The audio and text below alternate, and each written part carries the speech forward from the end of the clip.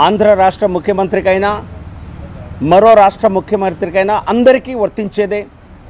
ఎన్నికల కమిషన్ కొద్ది రోజుల క్రితం మా ముఖ్యమంత్రి పైన కూడా, ఉత్తరప్రదేశ్ ముఖ్యమంత్రి అయినటువంటి యోగి ఆదిత్యనాథ్ గారి పైన కూడా ఒక నిర్ణయం చేయటం జరిగింది. ఎన్నికల కమిషన్ అన్నది అన్ని పార్టీలకి అతీతంగా పనిచేసేటువంటి వ్యవస్థ.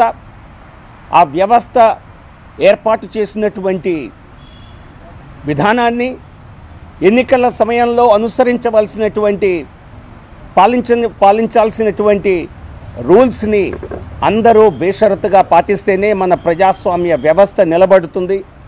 సో కాబట్టి మనం చూస్తున్నాం, ఎన్నికైన పోలింగ్ ప్రక్రియ 2 తెలుగు రాష్ట్రాల్లో పూర్తయింది.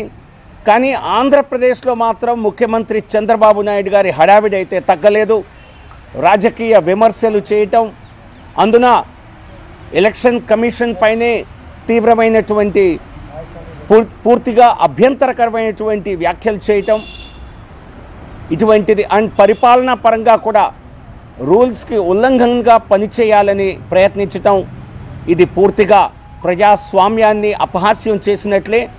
కాబట్టి ముఖ్యమంత్రి హోదాలో కొనసాగుతున్నటువంటి చంద్రబాబు నాయుడు గారు ఈ దేశంలో ఉన్నటువంటి వ్యవస్థలు, తయారైనటువంటి కొన్ని మార్గదర్శకాలని తప్పనిసరిగా పాటించాలని, కేవలం రాజకీయ ఆరోపణలు చేసి ఆయన ఎటువంటి ఎగ్జెంప్షన్స్ వీటి నుంచి పొందలేరు. కాబట్టి మరి తెలివైన ముఖ్యమంత్రి అని తాను అనుకుంటాను. కాబట్టి ఒకసారి రూల్స్ని, కోడ్ ఆఫ్ కాండక్ట్ని, పూర్తిగా ఎన్నికల సమయంలో అవసరించవలసిన నియమావళిని గుర్తుపెట్టుకొని తూచా తప్పకుండా చంద్రబాబు నాయుడు గారు పాటిస్తారని ఆశిస్తాం.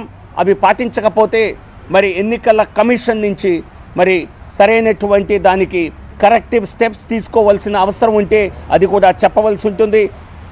మరీ అక్షింతలు వేయించుకోకుండా, మరొకసారి ఇటువంటి తప్పిదాలు చేయకుండా ముఖ్యమంత్రి ఈ కేంద్ర ఎన్నికల కమిషన్ చేసినటువంటి ఆదేశాలని పాటిస్తారని, మరలా హడావిడి చేసి తప్పిదం చేయటానికి ప్రయత్నించరని భావిస్తాం.